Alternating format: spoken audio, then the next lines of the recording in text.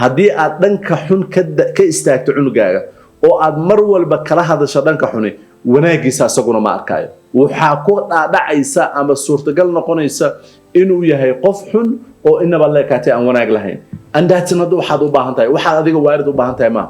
tusaale ahaan laba ilaahay ku siiya ama shan ilmood baa ilaahay ku siiya mid baa quraanka xifdintiisa ku fiican mid baa cleaninka ku fiican laakiin kan wuxuu ku fiican yahay labadaasba kuma fiicna wuxuu ku fiican yahay inaad raadiso way maxaad hebel sidiisoo kale ugu fiicnaa weyd hebel maxaa u yeeli weyd hebelka dariska ma aragtid wuxuu ku fiican yahay waad dilaysaa marka waad qoraysaa wasaqdiisaad soo saaraysaa xumaantiisaad soo saaraysaa until asaga laftigiisa uu arko hebelna waxaas uu ku fiican yahay hebelna waxaas uu ku fiican yahay adi waxaad ku fiican tahay ma lahama wax jiraba ma tiidba yaa aragtidaas ka dhaadhiciyay yaa aragtidaas tusay adiga tusay andaas waa ilmaheena in badan oo kamida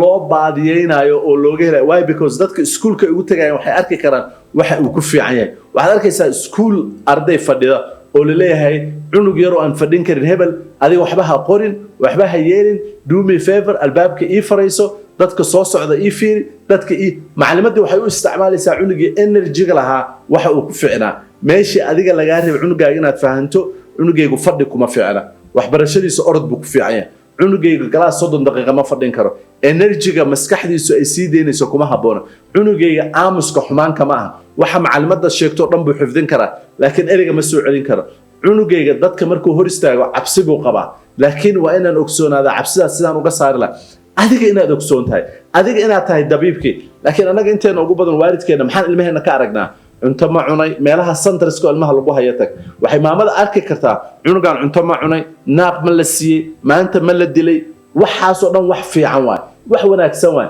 laakiin ma sameynaysa qaybta dambaan ka hadli doona ma sameynaysa cunugaaga aragtida aad u baahan tahay inaad ka aragto intaas kaliya waxaad u baahan tahay mid ka dheer inaad u baahan tahay inaad samayso oo sida videoga hore kala ka hadlay sidii anaga naloo koriyo meel abniyo oo fiican oo abti iyo adeer iyo ayeeyo iyo dal isyaqaano iyo xaafad dariso isku diin ay wada ahaayeen kuma korinaysa intiina badan ilmahaaga waxaa ku korinaysaa dad kala duwan